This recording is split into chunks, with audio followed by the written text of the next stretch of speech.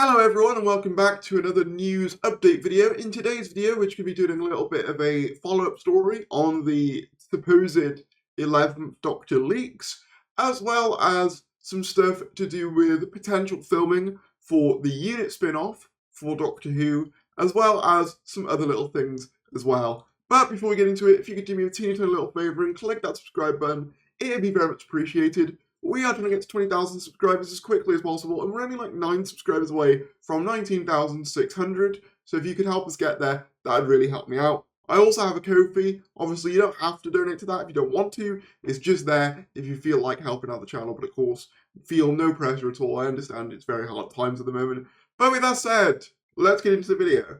So yes, as you may or may not be aware, yesterday there was some leaked, or supposed leaked images of Matt Smith on the set of the 60th, and it seems that the first few of these have been debunked, as according to Brian P, these were generated by him. They were done in Midjourney, which is the AI image generator, which you can see here. This image in particular bears a striking resemblance to this image here that's obviously been blurred, desaturated, and people have edited to make it look more convincing. So that at least rules out this image that we covered yesterday. Elsewhere, the person on Gallifrey Base who put out the first leaked image has said that the one that came out, which was this one, which I didn't cover in the previous video, wasn't him. It was someone alleging to be him that wasn't. So this one has also now been ruled out, which, to be fair, I mean, it's not difficult. I kind of got Photoshop vibes the moment I saw this. It's something to do with Matt Smith's neck that gives me Photoshop vibes. Although I will say, whoever put this together has clearly done their research on the heights, because they're all pretty much accurate, with, I assume, Russell T Davies being the tallest there, followed by Matt and then Ncuti. So yeah, they've clearly done their research, whoever's done this. The only leaked image that hasn't been officially deconfirmed yet is this one.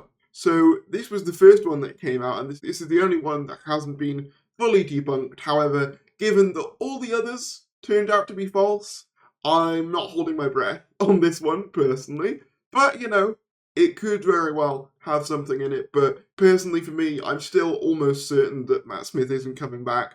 I just don't want to get my hopes up for it. Even though I love Matt Smith's Doctor, he's my favourite. I just don't want to get my hopes up, and I don't want to get your guys' hopes up. You know, I want to be realistic about this. I don't think Matt Smith is coming back as much as I would love to see it. Because also, like, when it comes to this, if he was coming back, surely these images would have leaked ages ago, because the 60th filming was over a while ago. And also, I believe at the time they were filming the 60th, he was busy with other projects anyway, so yeah, I'm just not convinced. However, Doctor Who filming locations did say that a security guard told them that they mentioned Matt Smith, who was working on the 60th, so maybe I do trust Doctor Who filming locations. We met like once when we were looking for Ncuti that one time, and he was a nice bloke, but yeah, you know, could be right, could be wrong, but again, I'm not holding my breath. Elsewhere though, and huge shout-outs to William Hartnell for discovering this, a new job listing has been listed at Bad Wolf as an assistant producer, and it's an assistant producer on a busy, high-end TV drama series based in Cardiff. The contract will start mid-May for 12 months. Applicants must be local to Cardiff or able to base themselves there for the contracted period. Now, this does line up with the rumoured late 2024 release date for the unit show. It's a high-end drama based in Cardiff, so this could very well be, obviously they're not going to put "this is the unit show" on the job application, but the dates and the location do line up, so I'm not going to rule that out. It could very well be that the new unit spin-off, which I know hasn't been officially confirmed, but various places like the Mirror have reported on, and they seem to have a pretty good track record, could be starting filming as early as May, which is very exciting.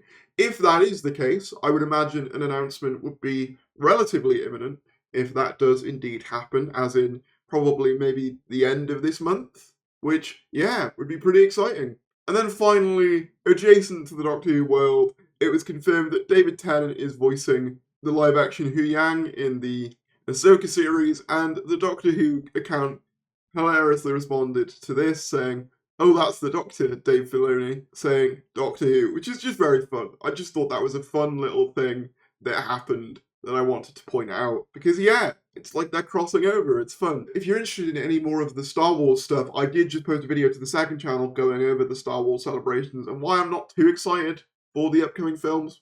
And I just wanted to point out this story because it's really funny to me. An embarrassed teacher has no idea to pronounce student's Doctor Who inspired name.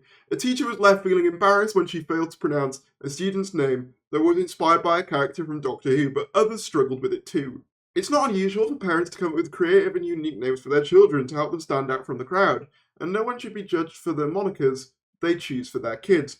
But one teacher was left red-faced after struggling to pronounce one student's name that took inspiration from popular sci-fi series Doctor Who. The teacher explained she was working as a substitute teacher when she came across a young girl by the name of Ramana Varadnalunda, which is also the name of the Time Lord in the BBC sci-fi series, who is a companion of Tom Baker's iteration of the titular hero. In a post on Facebook, the teacher said, "I had to take attendance in a high school class and ran into this gem, Ramana Varadnalunda." The woman admitted she struggled with the name and barely made it 3 syllables in before the student spoke up to let her know that she could just call her Romy for short. I don't know why you wouldn't just call your kid Romana. That seems like it's easier to say rather than the full name. And the teacher noted that even the Doctor Who character, who was played by both Mary Tam and Lalla Ward, went by the nickname, as she was most commonly referred to as, Romana. She added she very sweetly just told me to call her Romy.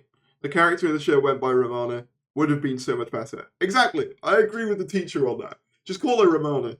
But yeah, I just thought that was a really funny story. But let me know in the comments below what you think about any of the things we discussed today. If you did enjoy this video, be sure to give it a like, comment down below your thoughts, subscribe if you're new, and I'll see you later.